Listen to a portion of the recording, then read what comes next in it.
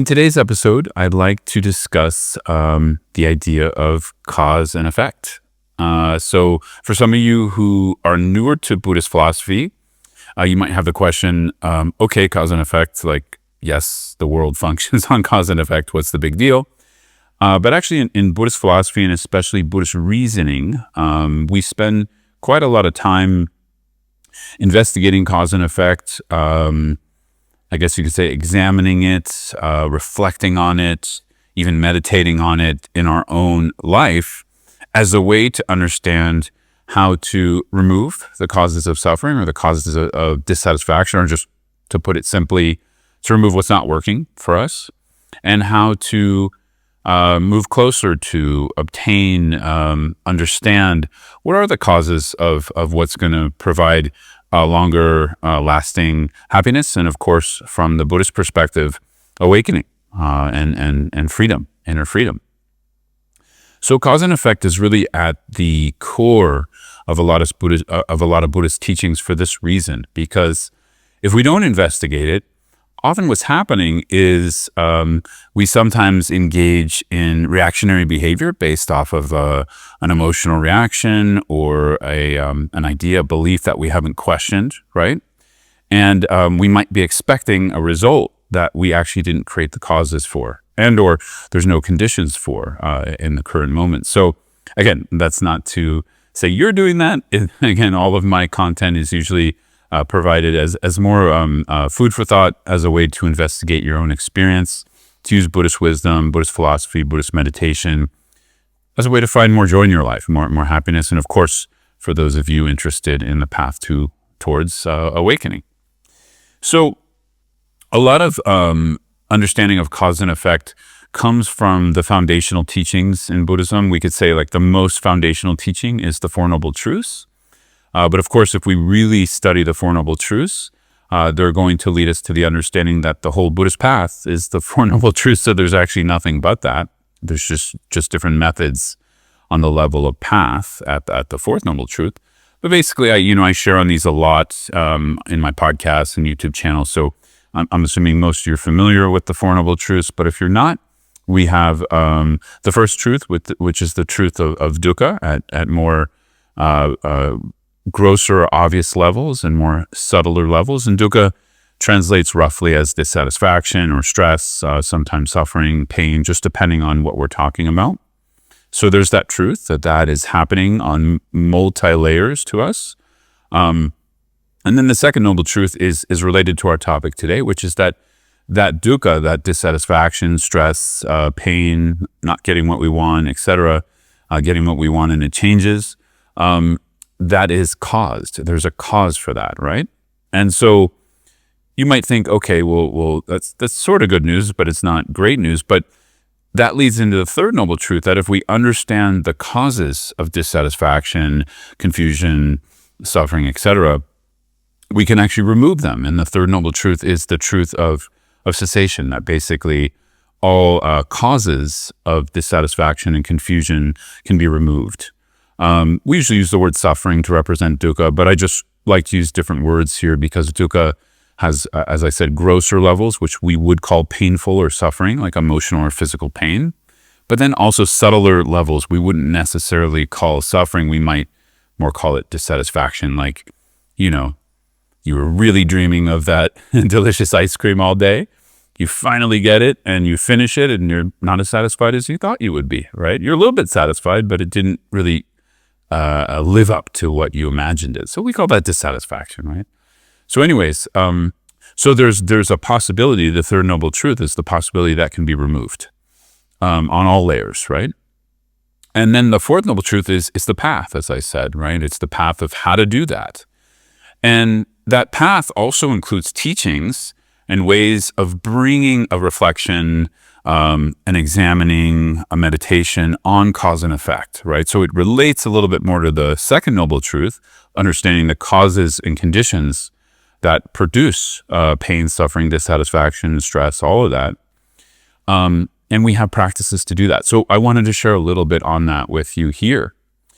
Also, we can see One of the primary ways we study cause and effect is through what are called the 12 interdependent links in the Abhidharma. And these are basically understanding how mind, body, cause and effect work to produce our mind in every moment, including what we call our afflictive emotions of aversion, craving, ignorance, jealousy, and pride. And these five afflictive emotions, from a Buddhist perspective, are the root of what then produces new causes for dissatisfaction and confusion. So part of our understanding of cause and effect is in relationship to that. But we're gonna kind of step back and just look at cause and effect in some more straightforward, simpler ways in your life, and then of course we can relate it back to the Dharma if we want. But before we do that, one last place where we often come into contact with cause and effect is in the teachings on Buddhist epistemology and logic. Usually, most, I would say, like non-monastic Buddhist practitioners don't do a whole lot of exploration of Buddhist logic because it's a deep subject. In the monastery, they sometimes study it for 8 years, sometimes even 20 years. So it's like one of the main subjects because it's a teaching on how to understand perception through reasoning, right? So we have direct perception. There's not too much to understand about that. We see a flower, we know it's a flower. But then we can have all kinds of opinions, ideas, beliefs, emotions about that flower. So how do we know if our reaction is in line with reality or not, right? So that's part of the exploration. We use reasoning or inferential reasoning to provide more information for us, more exploration of our realities and what we're experiencing internally in our minds, right, and bodies. So it's incredibly useful. But generally in the monastic system, they study Buddhist epistemology to then apply it to debate. And debate here is not for like debating so someone wins a topic. It's actually more a skillful means or a tool for a Buddhist practitioner to sharpen their conceptual reasoning mind, which then can help in meditation down the road. Some of you might be surprised by that because you're like, oh, I thought meditation was all about sort of not thinking. Actually, that's not totally the truth, right? So we can use the thinking mind in healthy ways, and we can point it more towards how reality might be. And when we understand reality, when we encounter it in a more direct, more clear way, we actually begin to remove the causes of confusion, right? So that's one of the main reasons, sharpening the mind. But anyways, just give you some context of where this traditionally comes from, and there's other areas too. Of course, when we study karma is the subtlest form of cause and effect. We consider it what's called an extremely hidden phenomena, meaning it's not even obvious. It's really not obvious to most of us. So we use inferential reasoning to sort of examine it and think about it, right? And again, this all goes back to, just sort of sharing some of the spirit of all this, because some of us may come from religious backgrounds or just, general learning backgrounds where we're trying to prove a point or get somewhere or sort of like reify faith so we belong or we're accepted or someone else is pushing us into that view. With Buddhism, it's quite different. It's not really about believing something necessarily. It's also not about belonging somewhere. I mean, of course, we all need belonging. That's useful temporarily, but it's not really about that. And it's definitely not about like someone else forcing us into believing something or telling us, you should believe what I believe. And we can go back to one of the Buddha's most popular quotes here. We're more or less, I'm paraphrasing, the Buddha said, you should really examine my teaching to check, check if it's true or not, basically. And then he used examples of checking to see if, a rock is gold or false gold, right? And so he said you need to cut, wash, burn, rub the substance, in this case, a mineral or a rock, to see, is it really gold or is it not? So that's one of the more popular teachings of the Buddha, because I think for our modern minds, it also really fits because it's not recommending blind belief. It's recommending reasoning, actually, using our intelligence to examine something to see if there's truth there, right? So it's the same case here. Cause and effect even itself is not meant to be a belief. We have to examine, is cause and effect a principle in the world that most things function off of or by? Is there some other options? And then we have to investigate, and we have to prove through reflecting on it, through reasoning, if that's true for us. We don't have to prove it to anyone else. Really, we're just looking at our own minds. We're looking, is this the case, right? And I think in general, most modern people would agree, because it's not even a religious idea at this point. It's also part of modern science, which you could argue is a religion. But anyways, I'm not going to go there. But anyways, it's part of modern science that the material world functions on cause and effect, right? That you can't have an apple tree from a chili seed, and vice versa. The effect has to be in accordance with the cause, right? And so Buddhist philosophy, epistemology, takes this a little bit further, that not only the material world functions on cause and effect, but also our minds function on cause and effect, our emotions, our thoughts, the way we hold our identities, what we believe, all of that. It's all based on cause and effect. And of course, where it gets, as I said, this category of extremely hidden phenomena is that in Buddhism also part of that cause and effect is coming from the past, not just this physical life. But we're not going to go there right now because we don't need to, right? But if you're interested, you can study that. We're going to focus more on what we call like manifest or things we can directly see, and then hidden phenomena that we need to infer. And so, one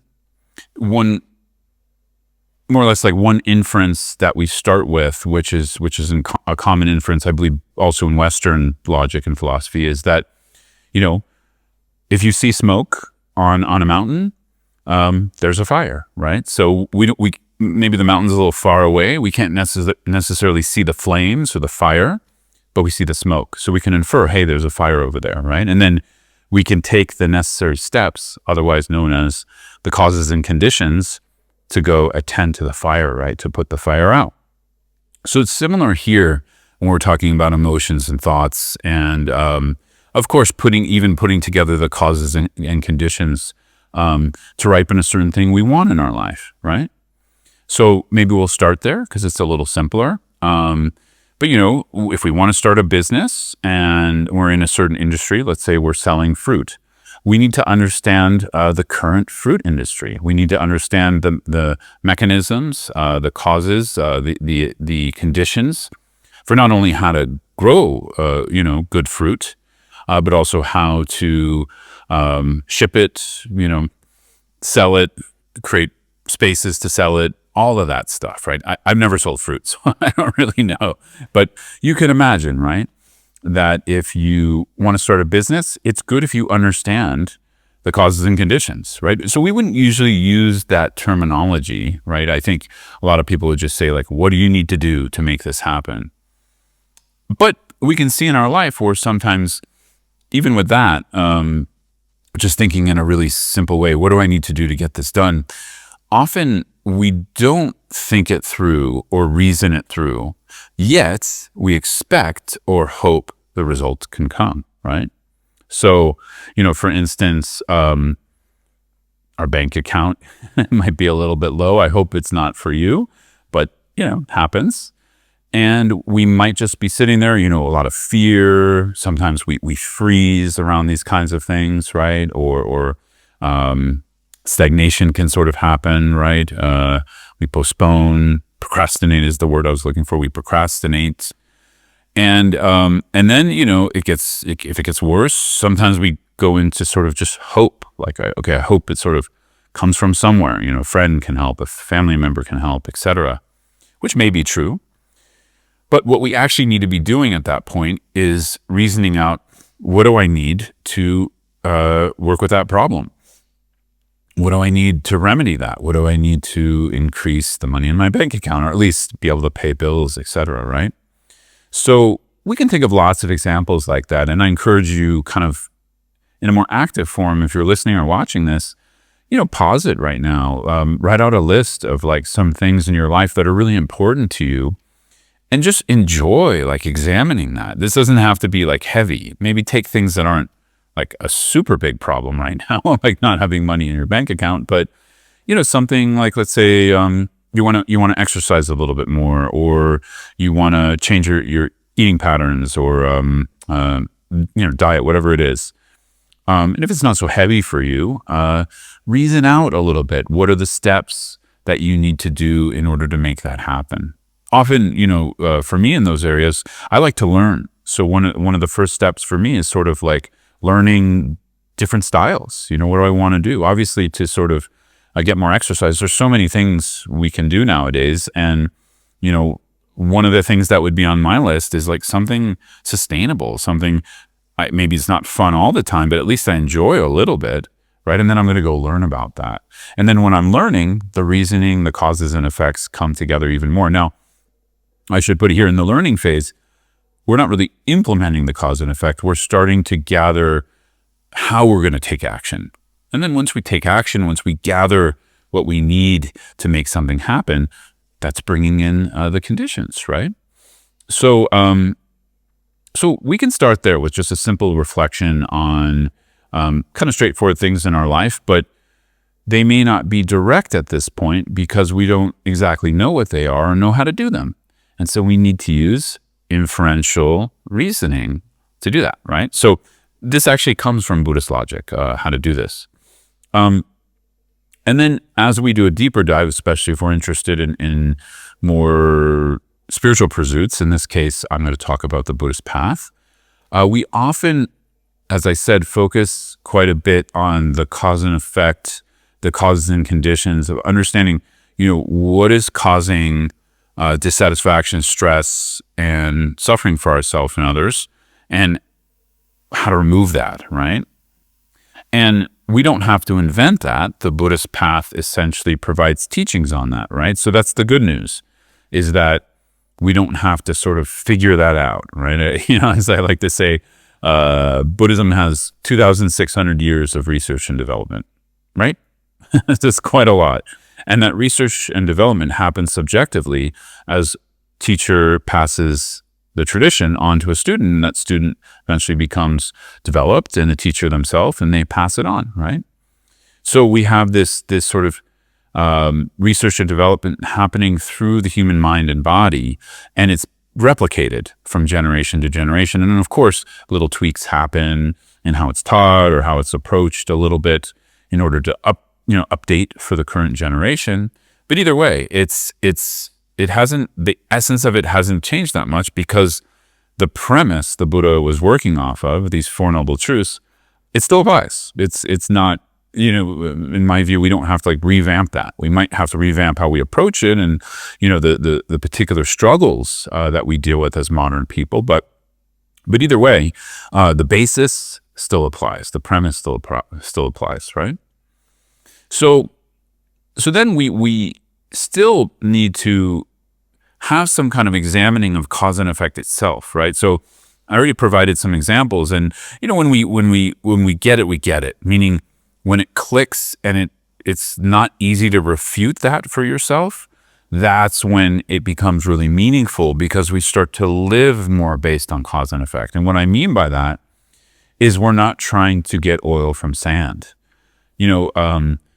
There is a positive kind of hope, I believe, like where we're aspiring for something, or we're generating a sense of joy towards something we want, or we want someone else to have, that's positive and beneficial for us or them. That's fine, that kind of hope. I would call that more aspiration than hope.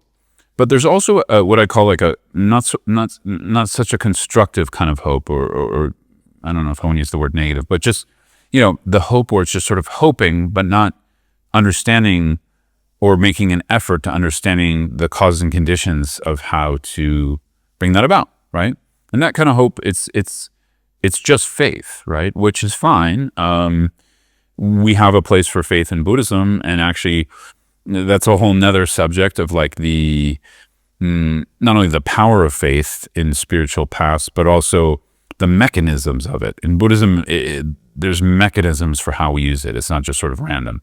But anyways, a lot of hope, a lot of this kind of, I would say, unconstructive hope falls into the category of blind faith, where we're not interested in exploring the causes and conditions for something, and we just hope it happens, right? And if we live our life like that, we're going to be disappointed a lot of the time, unfortunately. So examining cause and effect itself, starting to gain more conviction in it, it actually energizes us. I recently have been teaching on it a little bit more, and because I had to guide some meditations on it, I was studying and reflecting on just cause and condition, cause and effect a little bit more, and I noticed it started to change the way I think of my life. Like some in some very direct ways, some in some maybe more aspirational ways for the future. But either way, I noticed it energized me. Like I felt, okay, like I have some agency here, basically, right? It's not just random. I'm not just sort of at the whim of whatever happens to me. To some degree we are, because of the principle of karma, which is also cause and effect. But we wouldn't call that fate. We can always change that. It's always changeable. So when we have conviction in cause and effect, it brings energy, it brings agency, maybe even like vibrancy in our life, that we have, that we can change things, that we can do things, right? And again, not everything is necessarily changeable, but there's quite a lot that is.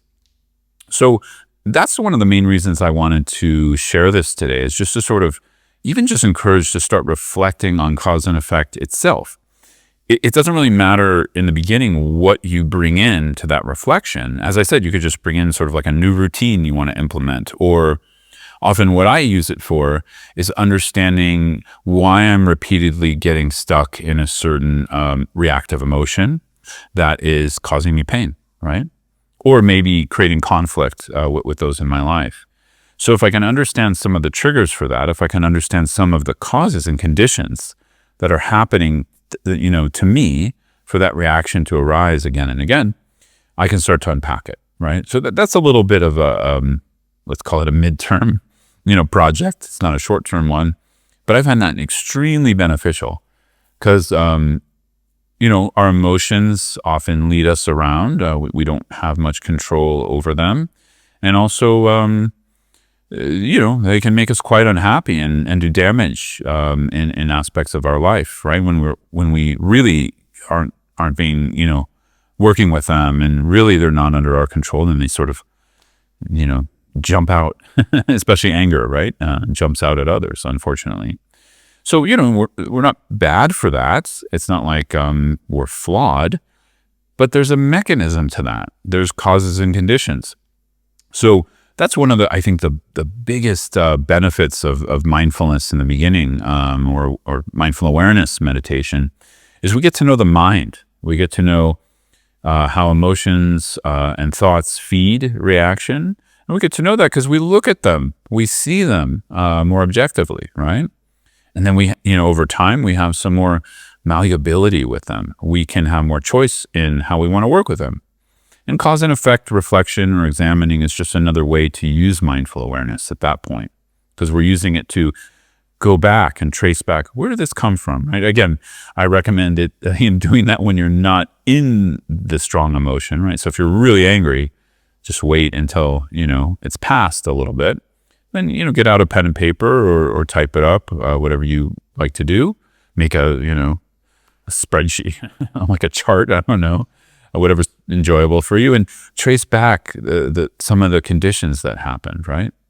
The cause from a Buddhist perspective, is a little bit deeper, but either way, let's just say the sort of short-term cause, you can trace that back, right? Like such and such happened, and then these conditions happen. For me, often a strong emotion is not like one event. It's a series of events, right, that led up to getting angry with someone, right, or getting angry with myself.